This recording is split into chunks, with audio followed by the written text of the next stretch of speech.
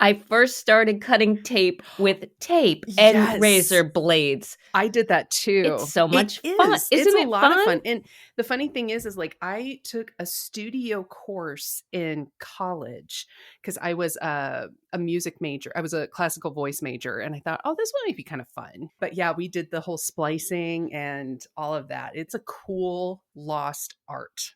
Yes. So tactile. Yes. Like, miss the tactile stuff. All right. Well, we could, like, I think we're Okay, off yes. already. Like, I'm Yes, happy. yes. By off, I mean on, yes, you know? exactly. Yeah. This is Daring to Tell, Marketing Edition. I am Michelle Rado, and my guest is Jenn Hanson-dePaula.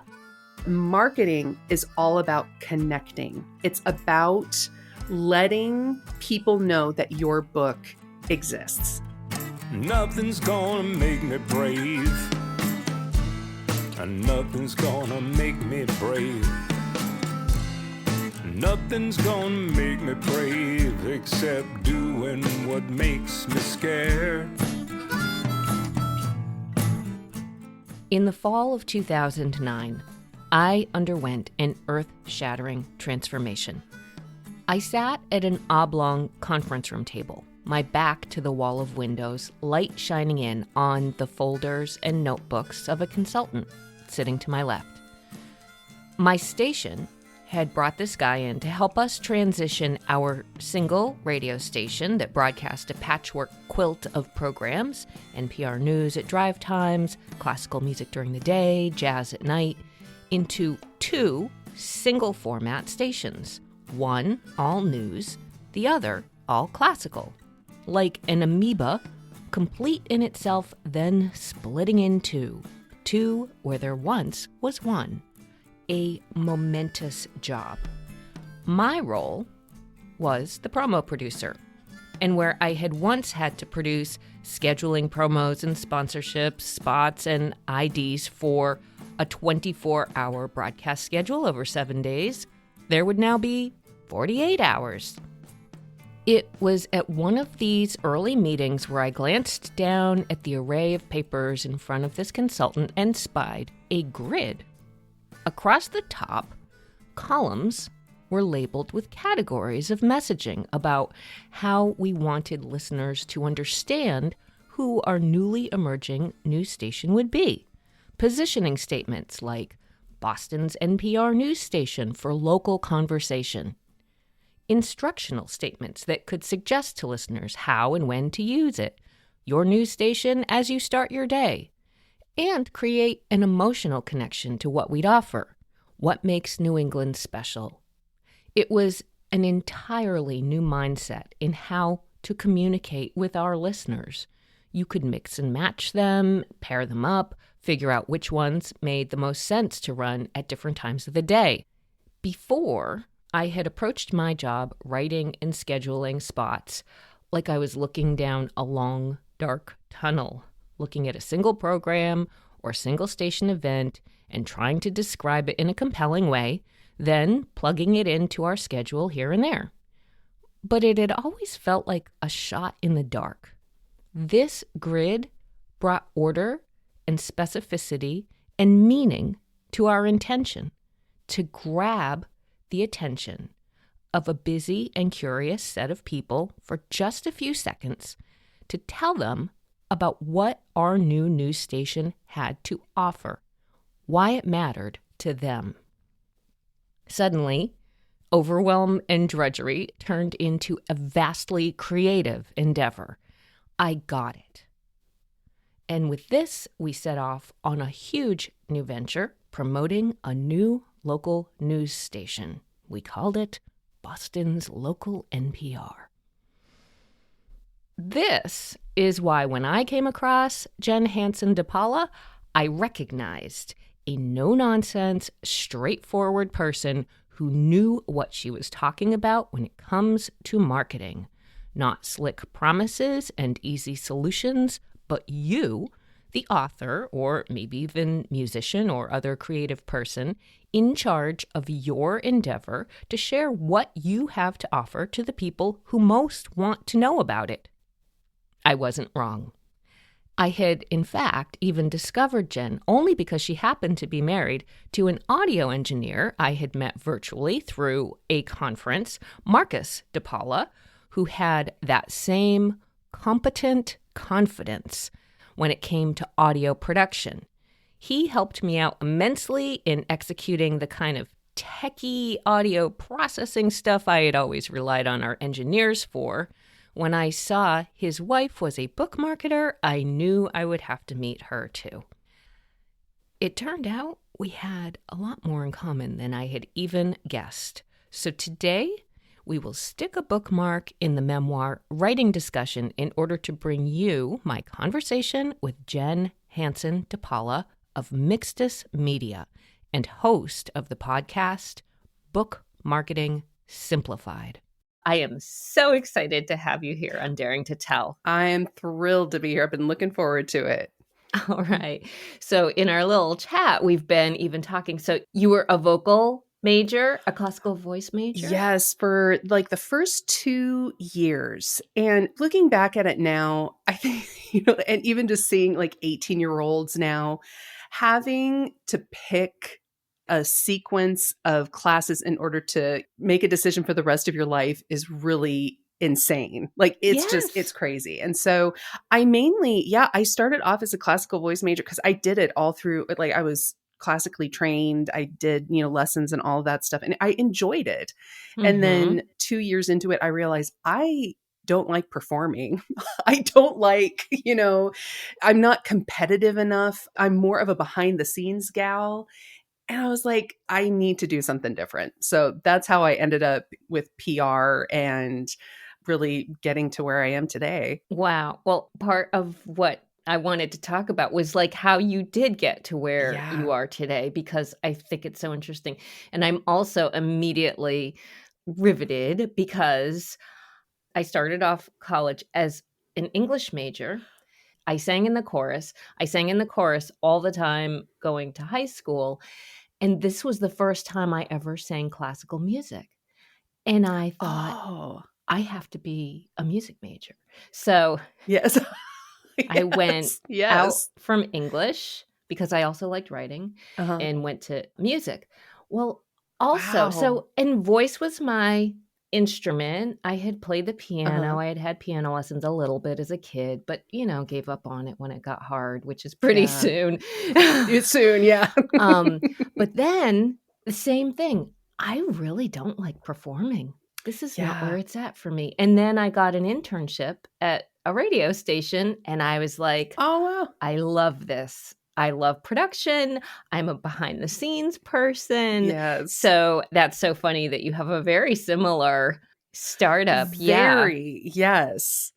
Yeah, it's crazy because like I went into it thinking, okay, I'm just going to do this because it's fun. Like I feel comfortable. But I think one of the best things about like my experience was just getting to leave my little town of Jewel, Iowa, which was population 900. I mean, we're talking itty bitty place, and getting to meet new people. I went out of state and I went to Greenville University in Greenville, Illinois. And the program that they had there, it was a classical that I was studying, but they also had more contemporary. They had a recording studio. They had a radio station, all of that stuff. And so it was a liberal arts education. And I think what I take away from just that whole college experience was the people and the experiences and getting a taste of, like what other things are out there. Yeah. And I loved just that musical experience, but I loved even more like what it gave me in terms of just opening new doors and to, new ideas and new possibilities. So what happened next?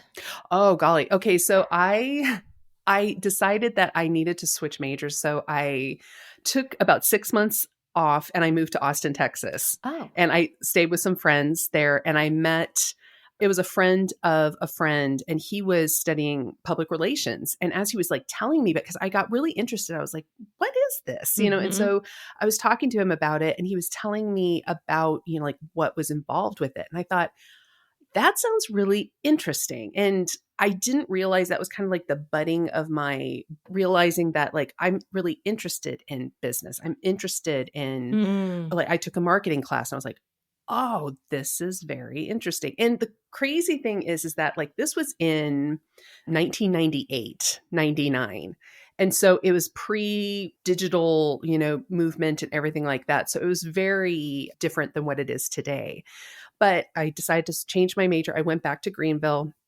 And then I got an internship at a record label in Nashville. I was actually supposed to do an internship in Chicago. They canceled it about a month before I was supposed to go out there. Oh, no. And so I scrambled, found this internship in Nashville, and it was for a PR firm that also did management for musicians.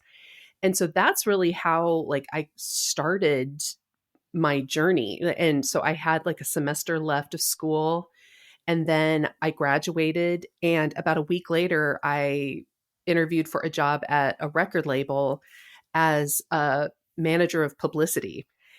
And looking at it now, I have no clue why they hired me. Yeah. Isn't it funny? It really is. And being someone who has employed people and who has gotten interns, I look at my resume, and the thing is, the job had been open for over a year. Oh, wow. And I was the only publicist at this label. And so it was really a baptism by fire. Like that first, and that was I started in February of 2000. And it was just the most intense like year and a half that I worked at that label. And then I accepted another job at another label.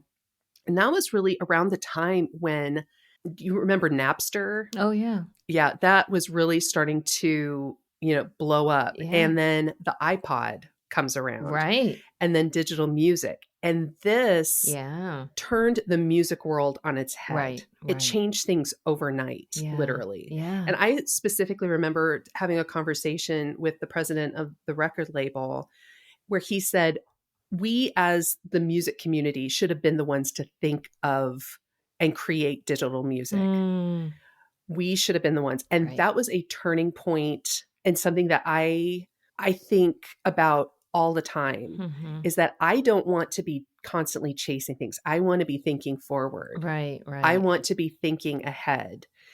And that was a pivotal time. And so as, like we were trying to figure out, how do you market a non-tangible thing, and how do, because we were switching from CDs to digital. And so it was just this huge, huge change. And then the media started changing. Magazines were going away. I know. Newspapers were going away. Everything, that tactile again, was going away. And so that changed my job in thinking, okay, how is this going to be possible? And so it was about 2005.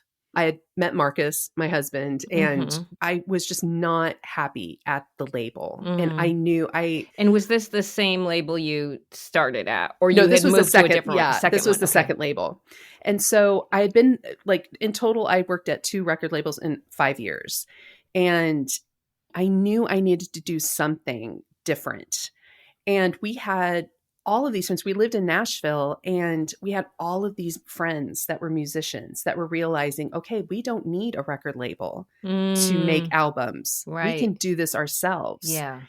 But they had no clue how to market, how to publicize and all of that. Yeah. And I knew that there was no way they would ever be able to afford, paying a publicist $2,000 a month to do this. So I started my first company. It was called Bookend Media. And the only reason I named it that was because I was getting married. No one would know me by my new married name. Oh. And a friend of mine told me, you should name a company after something that you love. I said, well, I love books. So a bookend kind of keeps things up. So I'm going to call it Bookend Media. Yeah. And so that's how that came about. But I started that company mainly for musicians, independent musicians, and I help them get interviews and reviews. And I really started to dive into the digital world, mainly this was when blogs were just starting, when digital magazines were starting, and social media was really starting to make an impact. And so I was having all of these conversations with other publicists who were just constantly talking about things that weren't working and just Yeah. complaining the Right. entire Right. time. Right. And I specifically remember sitting in a parking lot after a meeting with a client. And I was like, I need to not focus on what is not working and focus on what is working. And so I remember calling up Marcus. I had just had our son. He was like 6 months old. Mm-hmm. I was hormonal to begin with. So I was bawling my Yeah. eyes out. Yeah. And so I remember calling him and saying, I need to just focus on all digital. As I was driving home, we were talking through a plan, and it was just like really leaning into social media and how we can use that to really connect with audiences and really focusing on all things digital. Mm-hmm. And so we really started to change the format of the company. And I started to get just tons and tons of coverage for my musician clients. And it was really starting to help them take off and like using social media and, really starting to explore that. And as I did that, I met more and more authors because, Nashville is a really creative community. Right. Right. And so they started coming to me and saying, can you do for me what you're doing for them? Right. Right. And so not knowing what to do, I said, sure. I know. I always find it amusing that what you don't know seems so obvious and easy. Absolutely. So yeah, that's how it really started to get into authors. And then I just decided I want to focus on books. On books instead. Mm-hmm. Okay, because I was wondering, okay, how do we get from music to Mm-hmm. books? The digital transformation, that is really interesting, and really kudos to you for like seeing this isn't happening the same way anymore and trying to figure out how to market digital. So you got traction with the digital strategy with musicians. Is that like Yeah, it was more about because music was the music industry was the first of the creative industries that fell headfirst into the ocean, with all of this. Yeah. And this was right before, or like the Kindle came out. Right. After when was that? Yeah. Some like mid 2000s or late 2000s, and I knew that this is not something that's just limited to the music industry. This is something that we need to prepare for. And I think using the music industry as a guinea pig of like, okay, don't do this, don't sue your fans for downloading things, don't do X, Y, and Z. But the thing is like what I've learned with publishing, they do not move swiftly and they don't like to take risks. And it's something that I think for them to kind of, in any industry, I think you have to experience it yourself first, to really start to take action. But I think like when we can look at other industries and see, okay, we need to be thinking ahead. We don't, the change might not be happening yet, but we need to be more forward thinking with how we connect with people, how we talk about our products, and how do we present them? Because what digital basically did, it changed the way we discover, discuss, and purchase products. Right. So thinking about, like, how can I make my books discoverable and make them a discussion and make them easy to purchase was something that was always kind of that I was thinking about and trying to provide answers for and tools and resources and all of that good stuff. Right, right. Well, that's what I think is so interesting about the model as I have come to know a little bit and listen a little bit about you. You have a podcast, Book Marketing Simplified, and you have a newsletter. I love the sort of, I'll call it a no nonsense approach. It's very straightforward. I love that you love the marketing because I feel like for many, perhaps musicians and writers and other creative people, it's sort of like, it's hard enough for me to think about what I'm going to write and how it might get published and what's going to happen. Then your baby goes out into the world, and then you have like really the second half. Like that's only halfway up the hill or up another hill or something like that. So what makes the marketing like your thing? It's funny because, well, I was just even telling a group that I was speaking at. I spoke at a neurodivergent writers group over the weekend, and they were talking about how they are intimidated by showing their face or just marketing or connecting with people. Yeah. And I said, I've been doing this for almost 24 years, and not once have I ever had a client or an author, a musician, or any creative say, I cannot wait to market my book. I can't wait to talk about this on social media. No one is, Right. And that's within learning and experiencing this with authors as opposed to musicians. Musicians kind of innately know I'm going to have to perform my music. Right. I'm going to have to go out there and perform it. That's a good Authors point. don't feel that way. No. Yes, we want to just write our books, put them out, and they just magically disperse, Yes, exactly. And I think that, just having that mentality of thinking that I have to now sell a book is very intimidating. And the thing about marketing is that marketing and sales are two completely different things. Yes, they work together. But marketing is all about connecting. It's about letting people know that your book exists. Right. And it's more about a human connection. And I think especially like in the early 2000s, when we were just kind of getting into this digital world, it was a very, I'm on this side of the computer, you're on that side of the computer. There's this separation between us. And I think something too that, even with the pandemic, we still had to connect with people. And so the only thing that we had was a computer. And so I think that we're kind of on the other side of, we've lived with the digital world for a while now, and we can see that we can still have human connection.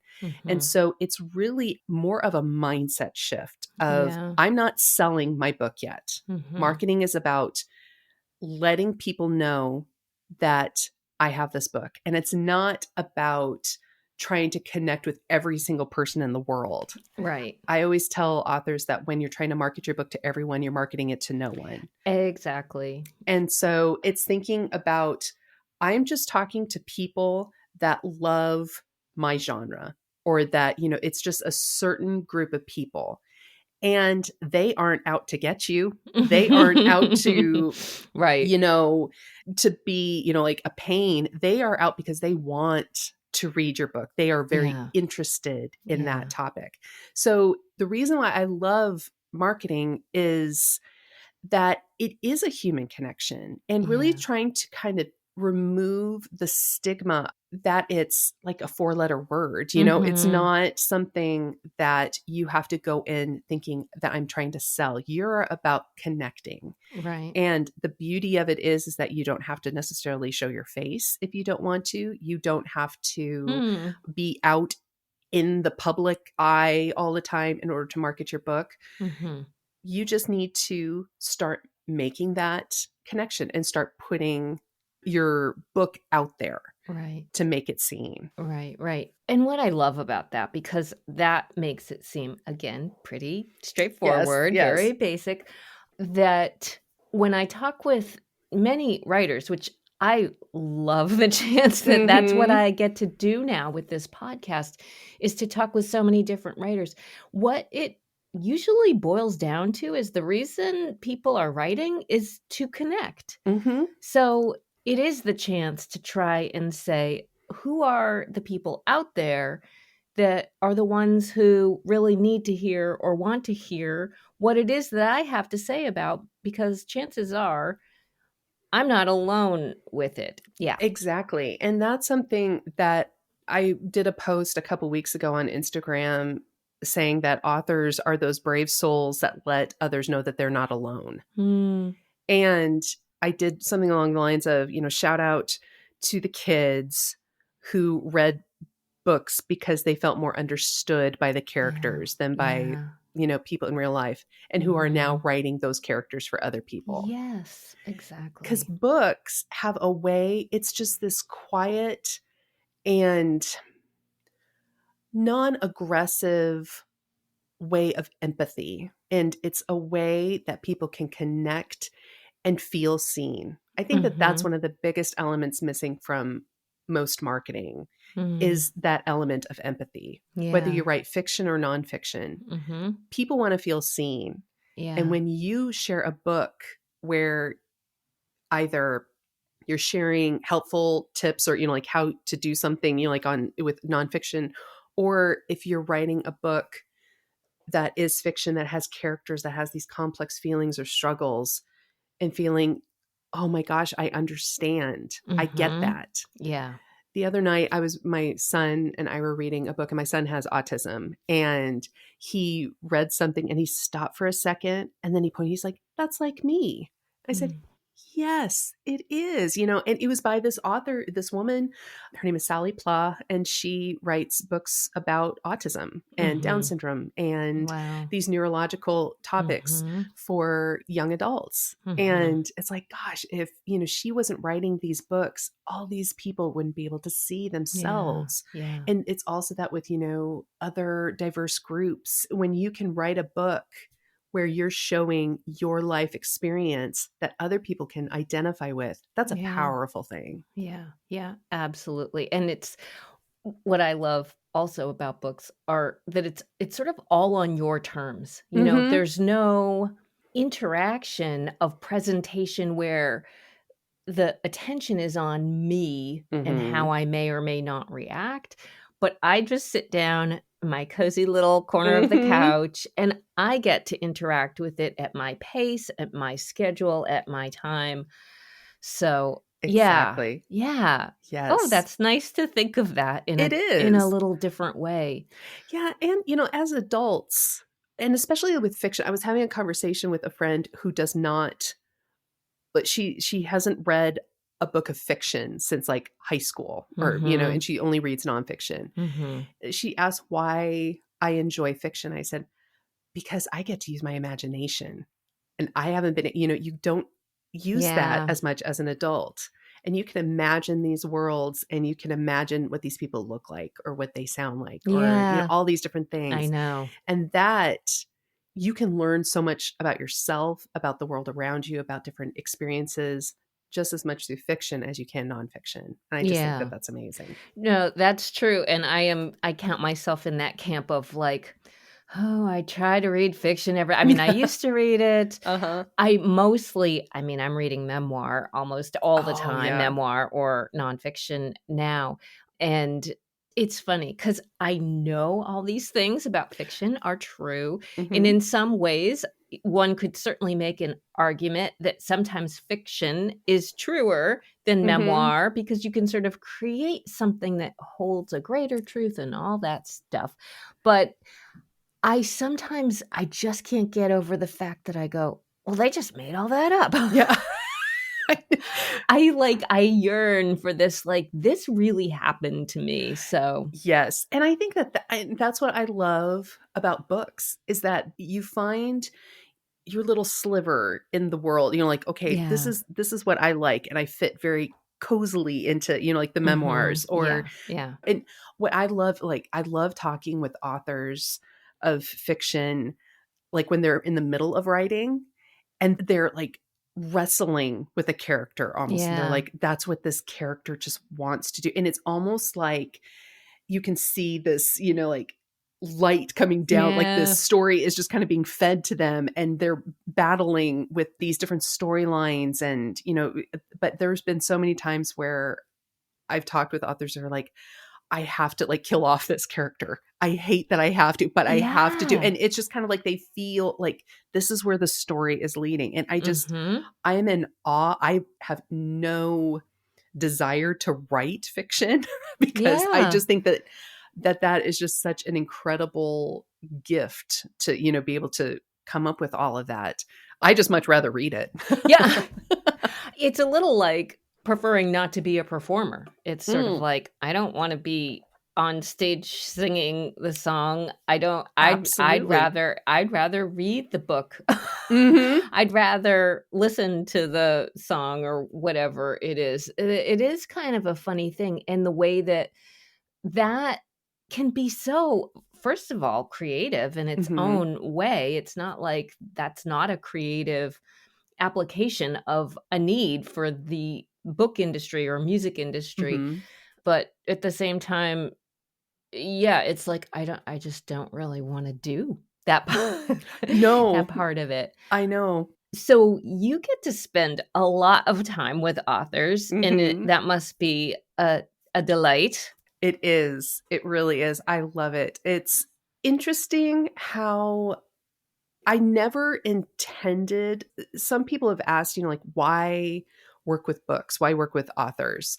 And it's the same with like, why work with musicians? Why work with, creatives? And I feel incredibly honored and privileged to be able to work with creative people. And Mhm.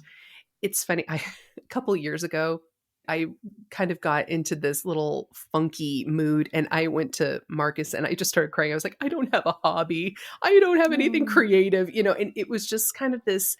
I realized, I was around all of these creative yeah. people and I thought, oh, in order to be creative, you have to be writing a book or painting or photography or something like that.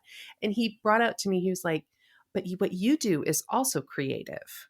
And it took me, like him kind of turning the mirror to kind of look in a different direction. Mhm.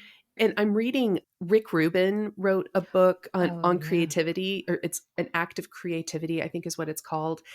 And it's incredible because he talks about how everything is creativity, Yeah, yeah. everything that we do, and how we are all creative people. And if we just kind of look at our life as just that we don't do anything creative, we need to look, not be so critical on Right, exactly. evaluating that. And so getting to experience a creative process with an author or a creative process with a musician is very inspiring.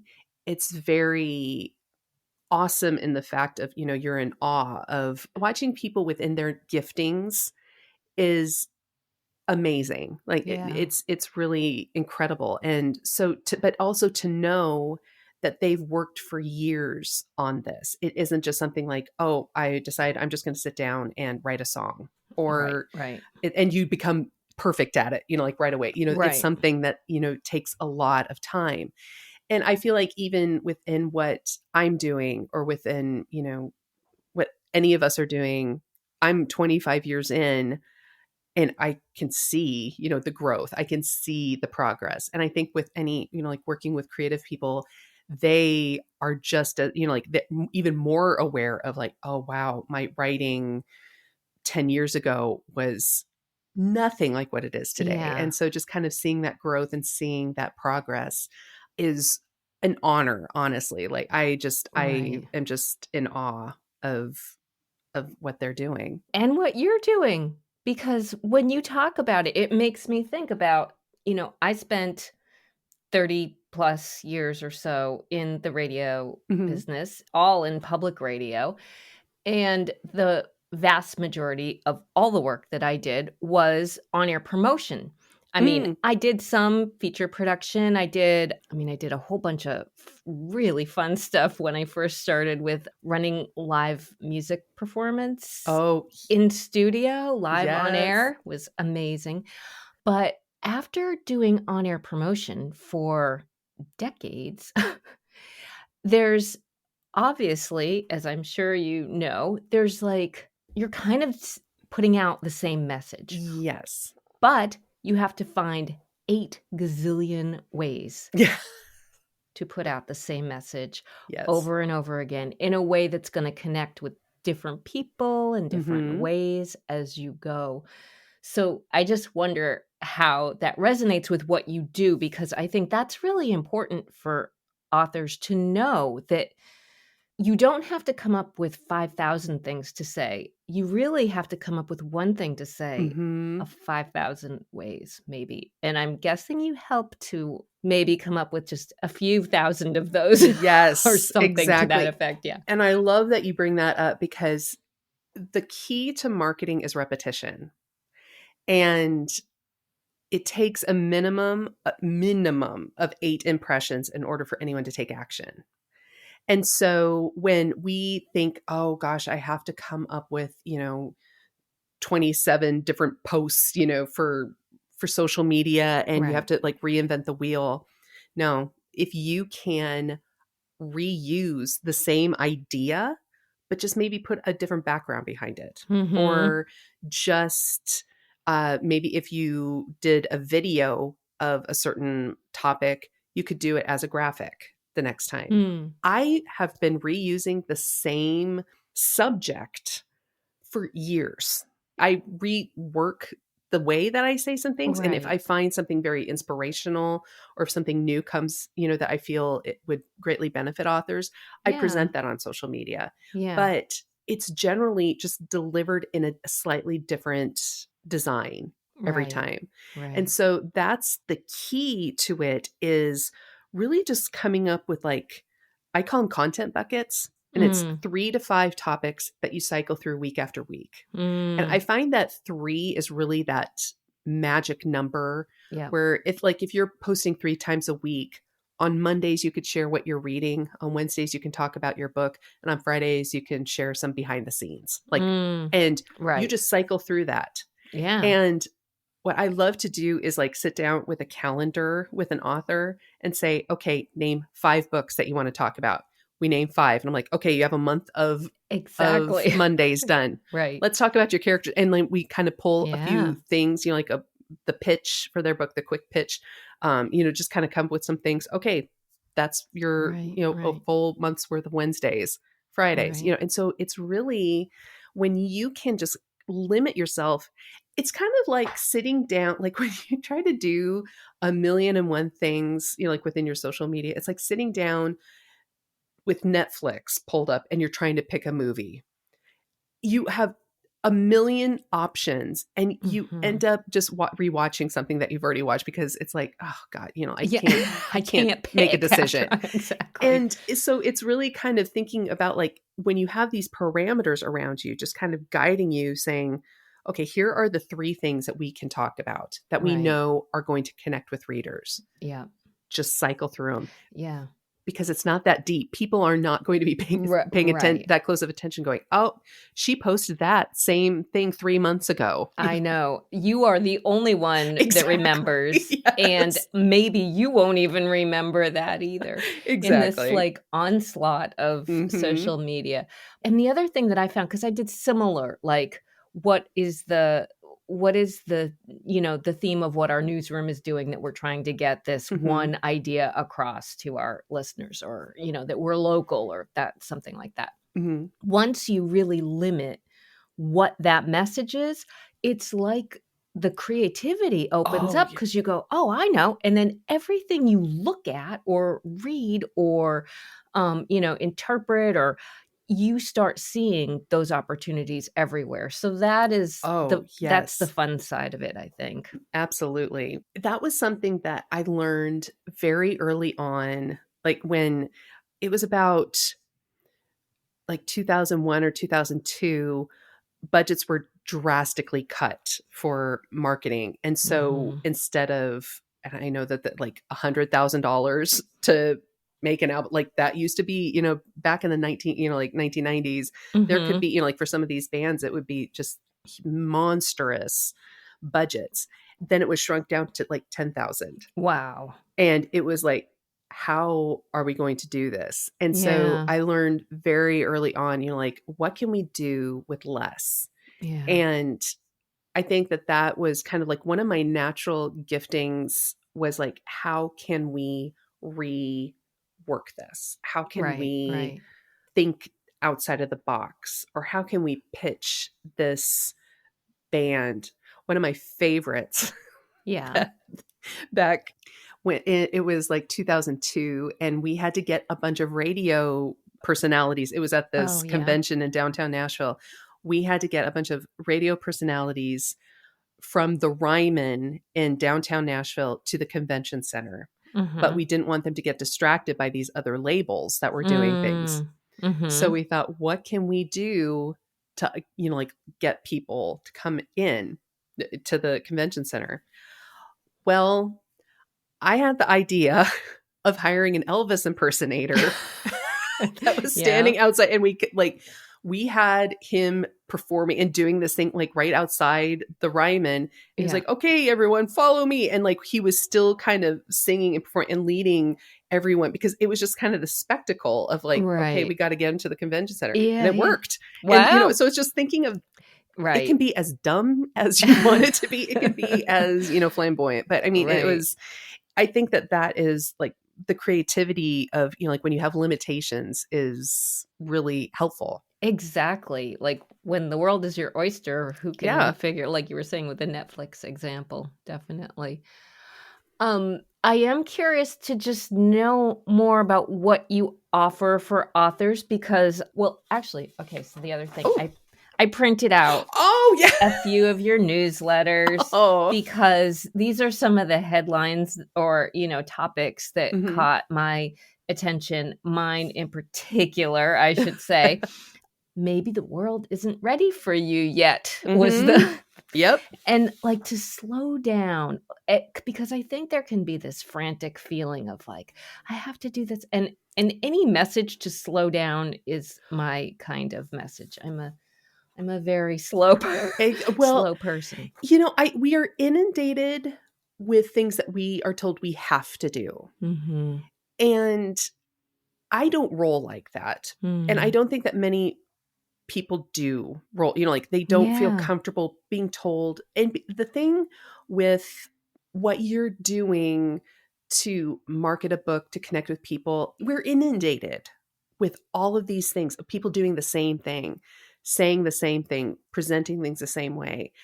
And you become blind to it. Like when we're too general with everything, when we kind of do the same thing that everybody else is doing, you blend into the noise. Right. And I want to help empower authors to not have to shout in order to be heard and to stand out in a way that is not cumbersome to them, that is not uncomfortable, but is something that's genuine and authentic. Right. And I just had a consulting call with a gentleman who he's in his mid to late 60s, and he wrote this historical fiction novel, and he said, if one more person tells me that I have to build my author platform, I'm going to lose it. And I said, okay, that's fine. And I said, do you have any social media? He said, I have a Facebook page. I was like, okay, that's fine. Let's keep, like you can post on that here and there. Let's not have that be your focus. Let's focus on what you do feel comfortable doing and that excites you. And so we decided, as he was talking, he wants to do podcast interviews where he is pitching the research aspect of it. And he's a part of several historical societies. And it's like, okay, that's a fantastic speaking engagement. And so it's really thinking about, I know a lot of people say you have to be on social media. And I do think that it is important to just have a presence there, to share things, and to, when people discover you on a podcast, to see, oh, they have a Facebook page. I wanted to see what they, look like, what they're, interested in. And that leads them to their website, and so it's really thinking strategically, where do I want to hang out? What do I want to do? What do I feel comfortable doing? And where are my ideal readers at? Right. And so for this, I do think that, being strategic in sharing that message on social media for some people is very, very powerful. And I've had many clients who've had huge success with just focusing on the social media aspect. But then there are some where they don't necessarily want to spend all their time on social media. They want to try something else. So they lean into podcasts, or they lean into guest blogging, or, like being a guest contributor in an online magazine, or speaking, or, there are many different things. But it's about being intentional about, I'm going to connect with people this way, whether that Mm-hmm. be, on social media or through other marketing means, and then knowing where you want to lead them next, which I encourage having a newsletter or, like something where you can be in touch with your audience and Mm-hmm. then leading them to the sale, because that's where you're really warming people up. You don't Mm-hmm. want to come right on out and push a sale. Mm-hmm. I've heard a marketer once say, you don't walk up to someone on the street and immediately you meet them and then ask them to marry you. You wouldn't Right. do that. Right. So the same goes with selling anything that you're selling, a book, music, what have you. You let them know what it is that you build that awareness, Yeah. then you nurture that, and then you sell, because it's much less, people don't like to be marketed to. They don't like to be told to buy something. And so this is just a very non-invasive way to sell your books. Right, right. I remember was very involved in on-air fundraising for a long time in the public radio world. Yes. But one of the stats that I recall, which I'm assuming is probably still true to this day, I don't know, sometimes these things change, but a person has to be listening to the station for about a year and a half to 2 years Mm-hmm. before they're gonna make a contribution. Yeah. So it's you're not going to just walk up and say, I want that book, or you want to hear about it. Like we were saying about the Mm-hmm. impressions, you're going to hear about it a few times and your friend's going to say, oh, I liked it, or whatever it is. But I do appreciate also the fact that you incorporate, I don't love social media. How else can I? Yes. And as I call myself a recovering publicist, because it was quite the time. But I Right. do think that, as empowering authors with other options that work. If you do want to go all in on social media, go for it. There are some authors kind of get the groove. They get it. They get their messaging. Like that's really Mhm. where everything kind of Right. starts.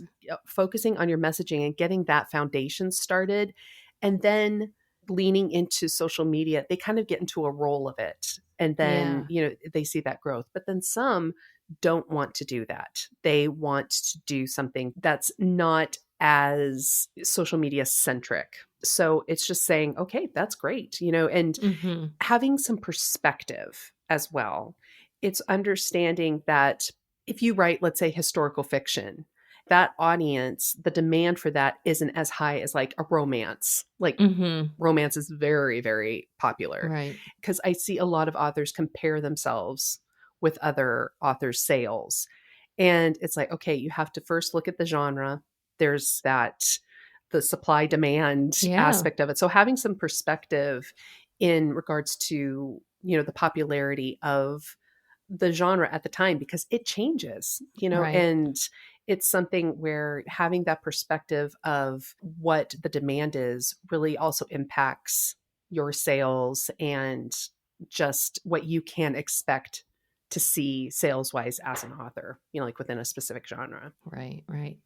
The other thing I was really curious just to get your take on, or what you see because you are working with authors so much, is how publishing has changed so Mm. much. Mm-hmm. And now, I mean, from where I sit talking with different authors, I find a lot of people who are shopping a manuscript. I find people who have self-published. I find the hybrid publisher. I find the standard traditional model. Mm-hmm. And you work with all those people, Mm-hmm. because my understanding is that it doesn't even matter what kind of publishing deal you might be getting. You still need to do your own marketing Mm-hmm. regardless. There's not really a world, like you were saying, where someone else comes in and takes over. Yeah. The only time that someone would come in and take over is if you were like this multi-million book selling author. Like that's very old school. And by the way, if that's your case, you probably don't really need it. Yeah, exactly. You know, And I mean, the thing that really irks me about some hybrid publishing models is them selling the idea that we will do the marketing for you or we will help with marketing. Mm-hmm. And as someone who might not be familiar with publishing or the ins and outs of the marketing aspect, they would see some of these things and go, oh, I guess that's a big deal, putting out a press release. No, when Right, I look right. at some of these things where I'm just like, they say, oh, we'll send out a press release, which is pointless, really. We'll tweet about you. Well, Twitter's dead for one, and two, if they only have like 37 followers, it's not going to make that big of an impact. Right, And just kind of doing these things where it's not only bare minimum, but it's not going to help them. They labeled that as marketing. Mm-hmm. I'm not saying that that's what every hybrid publisher does, Right, but I mean, right. there are so many untruthful products out there for authors Mm-hmm. that take advantage of that. And I've just seen way too many authors just broken because of, a sleazy contract that they've signed, or, someone that has just completely taken advantage of them. And so I'm kind of getting off off the No, topic, but but I think it's hard it's because there are so many options, mhm. so one can get a bit lost, I think, saying this person's going to help me. Yeah. And I think the bottom line is you really need to help yourself. I mean, as unpalatable as that might seem in certain regard, but as we talked about, it's like Yes. you need to kind of embrace it somehow. Yes, and even if you are traditionally published, if you have, like a team or whatever, they are not going to do the marketing as a whole. Because what most authors don't understand is that there are three phases of marketing. There's the attraction phase.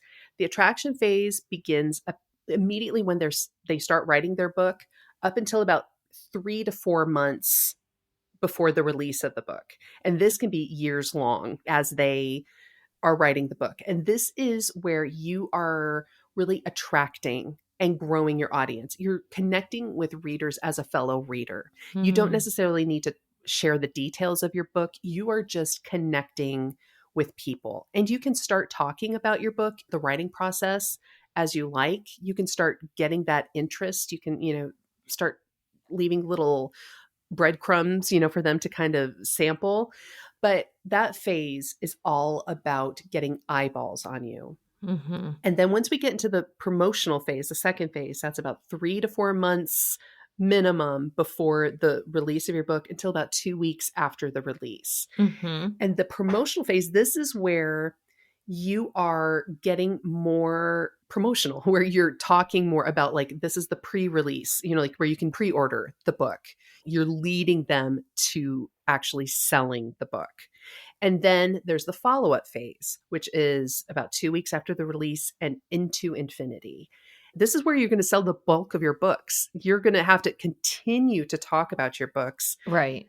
for a very long time to continue those sales.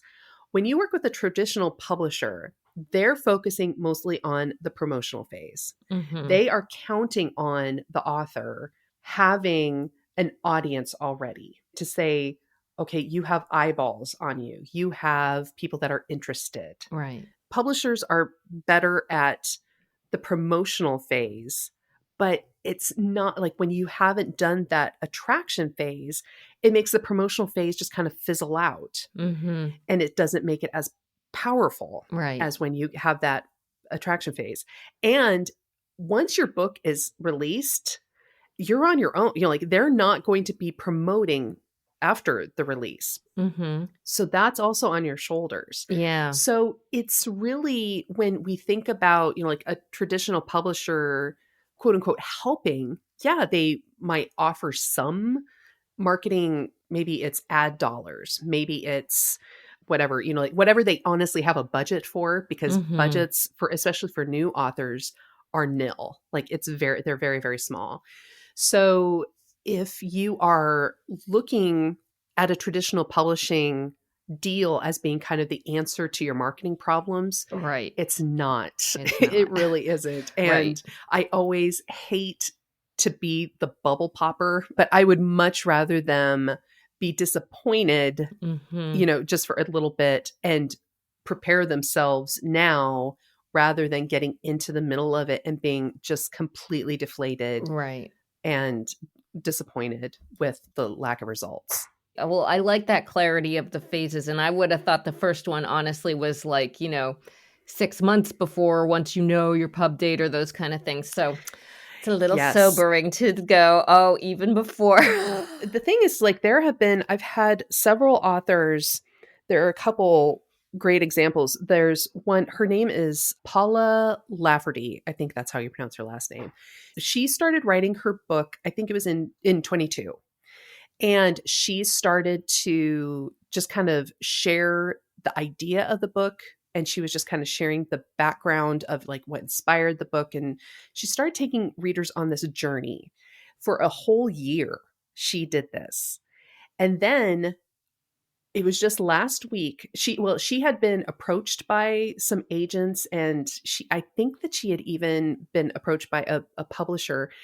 And she decided, I'm not going to do that. I'm going to self-publish this. Oh. And she decided to do a Kickstarter campaign.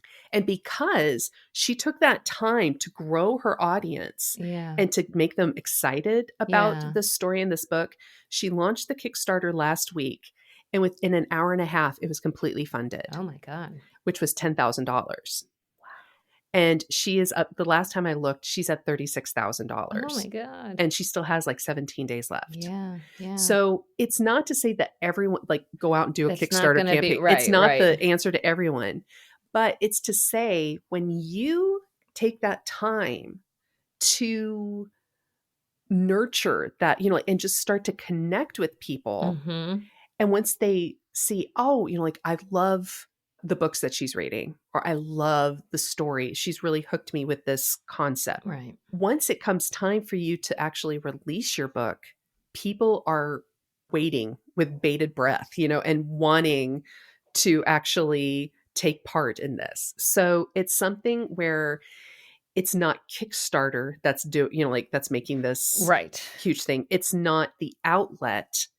It's the strategy, it's you, it's your messaging. It's that marketing. That's really what it is. Really good stuff. Really good stuff. So what do you offer for people? Well, I'm actually in the process of retootling my offer suite, and I'm really, really excited about some of the things that we have coming up. The first one we have that is available right now is our monthly membership. It's called the Author Circle. And that is really for anyone who needs guidance. Like we have a once a month office hours where we're on Zoom. You can talk with your other fellow authors. It's a great community. I'm on there answering your questions. So you can get a little bit more hand holding, but I provide templates, guides, information for authors, especially if you're just getting started and you're not sure where to start, what to do, and you want that community and that guidance. The Author Circle is really a great option. And it's only $27 a month. So it's a very low risk, high reward kind of, situation. Then we also have some digital products where it's called the Book Marketing Starter Kit. And this is really like how you develop your foundation. It's a guide that walks you through step by step, everything that you need to set up your marketing foundation. And it's the question I get all the time is, I don't even know where to start. This is where you start. It takes you exactly where you need to go. And then I'm also coming out with the other product that we're going to be launching here in the next few weeks. The other question that I get is, I don't know how to turn like social media followers into actual book buyers. So I have this whole system, and it's a deeper dive. Like once you have that book marketing starter kit, once you have that foundation built, then this is kind of that next step to where you can really start to sell more books and to turn those connections into actual book buyers. And then we're also going to be launching a product on how to actually get podcast interviews and blogs and local press and all of that stuff. I'm calling that, I think we're going to be calling that marketing beyond social. So it's really a deeper dive into how you can actually do that. Because being a former publicist, I know how hard it is to get coverage. And that's why hiring a publicist is so expensive. It is incredibly expensive. And so this empowers authors to know how to actually do that for themselves and to get the coverage that they want, especially if they don't want to necessarily focus on social media. But then we also offer consulting sessions for more one-on-one. We usually do about an hour session, and they can have as many sessions as they want. So that's really the suite right now. And and then we also have some digital products like our newsletter starter kit to help get your newsletter started, as well as the content vault if you're struggling with coming up with content ideas for social media or for your blog posts or anything like that. It provides just a ton of resources to help you do that. Well, and it's what I love is it's sort of this on the ground way to get yourself involved with the best way to sell your book, which is what you are best poised to do anyways. Yes. You as an author. So absolutely. I find that really a little, well, again, like a little like, oh, I really do have to do all this stuff. But it's such a great resource that it is more affordable. And I'm not trying to sell. I am not trying to sell you per se. No, it's all good. I was so excited to hear, like, let me share with you what my expertise has been and how, as authors, you might be able to kind of feel a little more. You know, it's funny. The other thing, I don't think I'm a control freak, although as a former, producer, radio producer, there certainly are tendencies in that direction. But there's some, for those of us who do like to maintain control, there's something really, to me, very heartening that, like, I'll decide where I'm going to be or what I'm going to do. And it just seems a little more like I wrote the book. I know what my conversation is, and I want to put that effort into the place where there's going to be the most returns for it. Because I think sometimes, like things get scattered a little too broadly and people are not going to be, like it looks like you get a lot of impressions or whatever, but if it's among people that don't care, then it doesn't really matter. Yeah. And that, I think, when I talk with authors, so many of them say, I just want to hand it to someone so that they can do it. And with that, I say, okay, you can hire people. It's going to cost a lot, if, it's going to cost you. But if you are just asking them to come up with the messaging, to come up with all that stuff, it is not going to land the way that you want it to and the way you need it to. Yeah. So it is something where, yes, authors can hire that out, but I would really, really encourage them to do these foundational elements first so that they can empower the VA or the marketer or whoever it is with saying, this is my messaging. This is my hook. Right. This is what I want it to look like. This is what I want it to feel like. And so when you hand it off to them, they can be more successful. But I still, and especially when you kind of strip away the have tos, like I was saying, and really figuring out what is my strategy that I want to do to connect with readers, to create those relationships and then lead them to a sale. It's not rocket science. It's really just about intention and being aware of that. And, you can lay that out yourself. Very good advice. Yes. And it's a lot less expensive. So yes. Well, that's the other thing. I mean, I think a lot of people go, oh my God, it's very expensive. So be a control freak. Do it yourself. There you go. I really have totally enjoyed talking with you. I don't know if you have to go or if you have time for one more question. Oh, yeah, I do have time. That's good. So, and this is not even a question, but if this is a new thing I've started to do, but I have long loved audiobooks. Oh, where do audiobooks fall into? Like, is it a different aspect of selling? Like, what is your best observation or advice about an audiobook? So I too love audiobooks. I think that they are, and they make the book more accessible to more people. Like I have a friend who she's losing her eyesight and she right. loves to read. And so Yeah. obviously audiobooks are a huge, huge thing. And they are getting more and more popular, but they're more expensive to produce. But I was talking to an author the other day who she was just, her marketing was falling flat. She didn't have any of the, like those foundational elements that we were talking about earlier set up. Mm-hmm. And she thought, well, maybe if I just get an audiobook, if I turn my book into an audiobook. And I said, okay, the audiobook isn't going to be what fixes the underlying Right. marketing problem. Right. If you are really excited about doing an audiobook, absolutely go for it, because I think that it's a fantastic thing. But make sure that your marketing is in place, like that you can sell the ebook, that you can sell, the print copy. And then once you kind of have that flow going and you Mm-hmm. have, you understand this is how I'm connecting with my readers, then be working on the audiobook. So then releasing Right. it, because that breathes new life into your marketing and you can kind of come into it.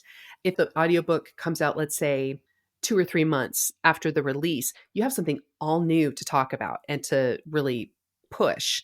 So, Exactly. and it's a great way to, like if you buy the audiobook, then you can get the ebook for 99 cents or, Mm. you can do so many different things around it. But I think that audiobooks are just such an amazing way to make your book more accessible to more people.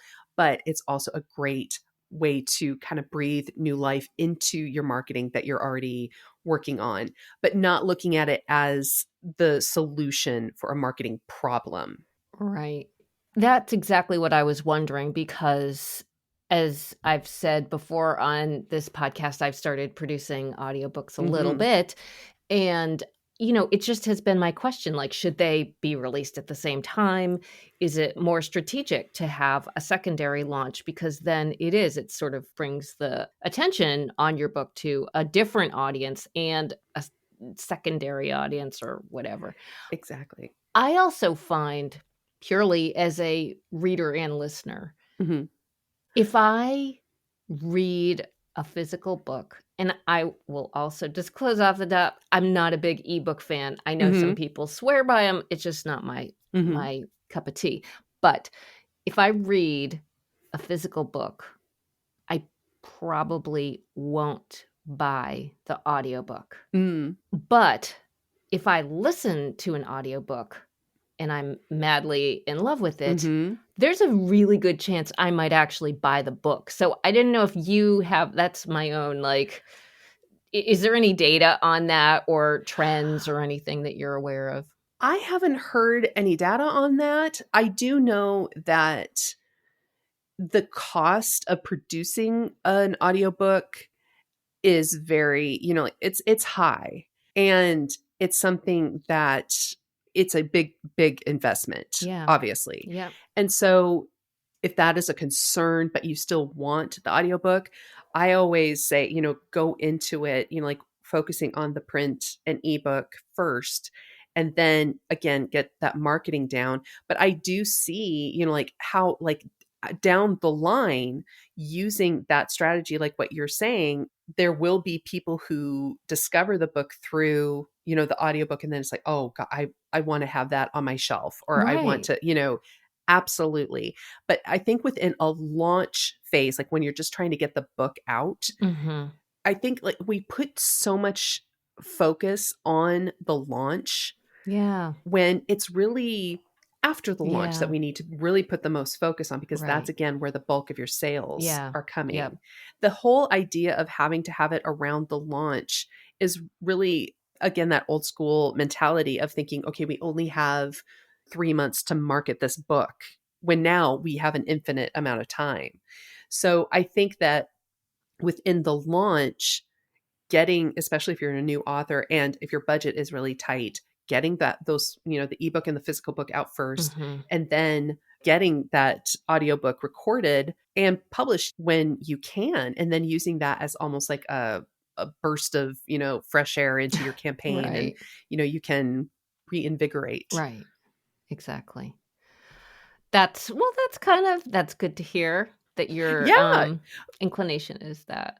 Yeah. But I do think that audiobooks are going to continue to soar, Mm, and it's something where I think it's just being smart about, especially as a new author, just making sure that you don't go into debt, with, I know. just kind I of know. doing all of that. Yeah. And because I have talked with many authors who like they've invested a lot of money in the audiobook, but they didn't get their marketing like it was almost, it's not backwards thinking. It was just kind of thinking that the audiobook was what was going to be saving their campaign, Right. when it's like, it can definitely help, like if you have a strong foundation to market it on. Exactly. I think, again, the bottom line is like there's no silver bullet for kind of any of this stuff. No. And when people say you have to, have the audiobook release at the same time, it's no, you don't. You really don't. It's thinking about, like what is right for you, what's right for, your situation. There is no cookie cutter approach. Well, thank you so much. I guess I will wrap up with that, although I feel like there's many other things I would love to keep. I could keep talking with you I know. about, but yeah, thank you so much for chatting with me. It's so great to meet you, and Yes. maybe we'll be able to talk again sometime. Absolutely. I would love to, anytime, you name it. I'm here.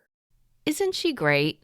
One of the biggest takeaways from this conversation for me was that even if you are just working on your idea, you are already in the awareness building phase or interest building phase. Can't remember what she called it now. So, I feel like we often hear, it's never too late to do this or that. But in fact, here, it is never too early to start building interest in your writing. There is a link in the show notes to Jenn and Marcus's website, Mixtus Media. I suppose Jenn would advise me to tell you that if you've made it this far into the episode, you might really enjoy getting my newsletter. I call it The Redo. It goes out monthly, and it is usually about some of the other thoughts I've had about these episodes once the mic turns off. You can sign up for that at my website, michellerado.com. I will also let you know that I had the great pleasure of being featured by Diane Gottlieb in her monthly blog called Womenpause. Yes, a little play on the words for menopause. You might remember Diane from my episode this past December, along with writer Nina Lichtenstein. Diane was the editor for an anthology called Awakenings, Stories of Body and Consciousness. I am not at all used to being on the interviewee end, so it was really fun getting asked questions instead of being the one doing the asking. I will put a link to that in the show notes as well. Anything else? Oh, yes. That consultant I had met, in fact, left the radio world and eventually became a songwriter, the one I feature every month at the beginning and end of this podcast. So thank you very much to Phil Rado for your music and your messaging grid. And thank you for making it all the way to the end of yet another episode, and as always, for daring to listen. I will catch you next month. It isn't hidden in the seascape. It's not about the state we're in. It's almost like a secret. It's a real sky. And we found a real sky. There was nothing on the mountain or any valley we've been in. Summer's come around again with a real sky. We found a real sky. I felt the wind blow from all directions now. I felt the fog roll from east to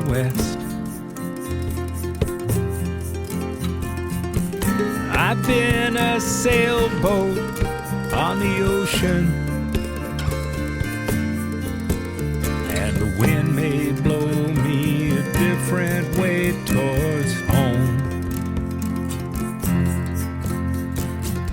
It has nothing to do with heaven, nothing to do with righting wrongs.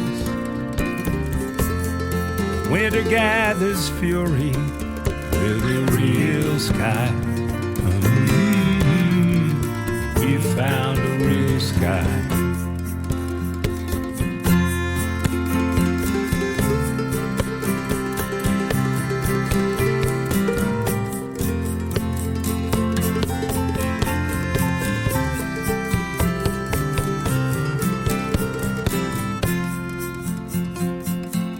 There's nothing on the pages,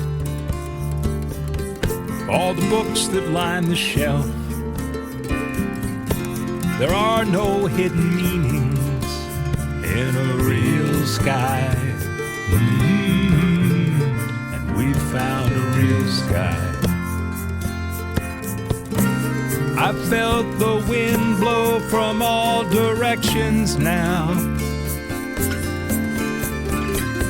I felt the fog roll from east to west. And I've been a sailboat on the ocean, and the wind may blow me a different way towards home. It isn't hidden in the seascape. It's not about the state we're in. It's almost like a secret. It's a real sky. We found a real sky.